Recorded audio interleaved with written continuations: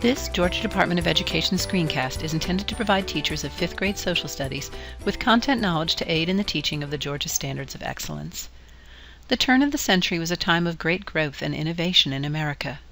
As the Industrial Revolution brought in great economic growth, it also brought about the physical growth of our borders and extended our reach beyond our continental boundaries, and in particular in the Pacific. Under President William Mckinley's administration, America gained the territory of Puerto Rico, the Philippines, and Guam as a part of the settlement with Spain at the conclusion of the Spanish-American War, and the Hawaiian Islands through annexation. Under President Theodore Roosevelt's administration, we furthered our reach in the Pacific by the building of the Panama Canal, significantly improving our access to the Pacific region. There were many changes that came about at the turn of the century. In the roughly 125 years since we had moved out of England's house and gotten a place of our own, America had grown up quite a lot.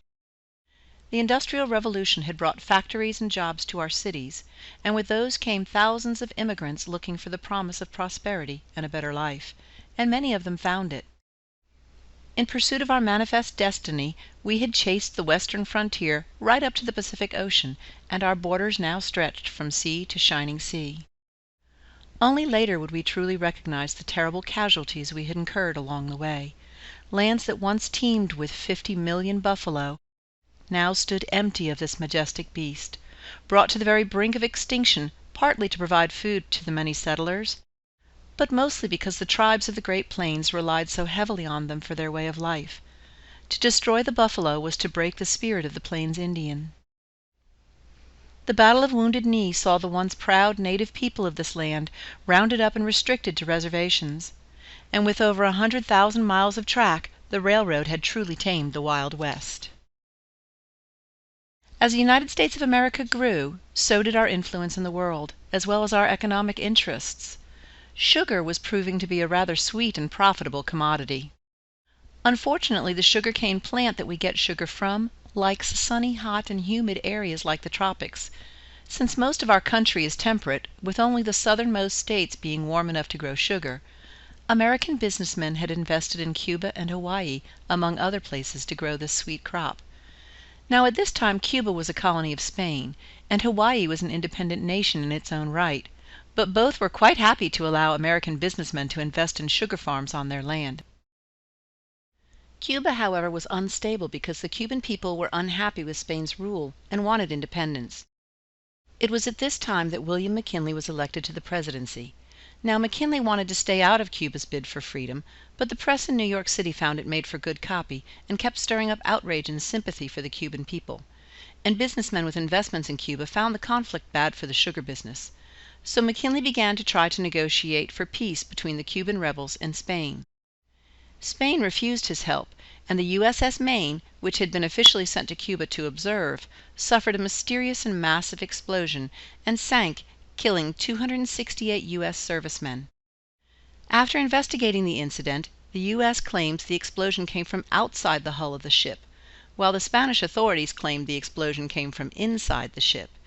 In any case, that pretty much ended negotiations and once again united Americans in our decision to go to war, this time with Spain. The days of the invincible Spanish Armada were long gone, and the U.S. had a superior navy which it used quite effectively against Spain. Plus, our close proximity to Cuba allowed us to easily put foot soldiers on the ground, whereas Spain had to cross an ocean, giving us a huge advantage, making our victory swift. The war lasted only 10 weeks, and with fairly few casualties, yet the repercussions were huge. First, Cuba becomes an independent nation, which was what we wanted at the time, at least until Fidel Castro comes along. With Spain losing Cuba, its last colony in the Western Hemisphere, and having to cede Puerto Rico, Guam, and the Philippines to the U.S. in the Treaty of Paris of 1898, though they did get $20 million for them, its time as a world empire with colonies flung far and wide were over. This, combined with the U.S. annexation of Hawaii, which we will discuss shortly, significantly increased the U.S.'s control of the Pacific region.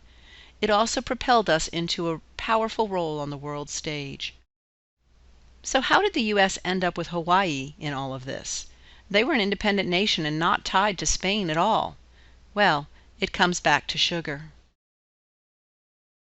With its highly defensible Pearl Harbor, located on the island of Oahu, in the Hawaiian island chain, in the middle of the vast Pacific Ocean, Hawaii was a jewel few nations could overlook.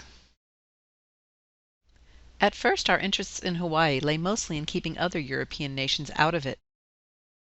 But soon the sugar industry took hold, and we developed very strong economic interests in the island nation.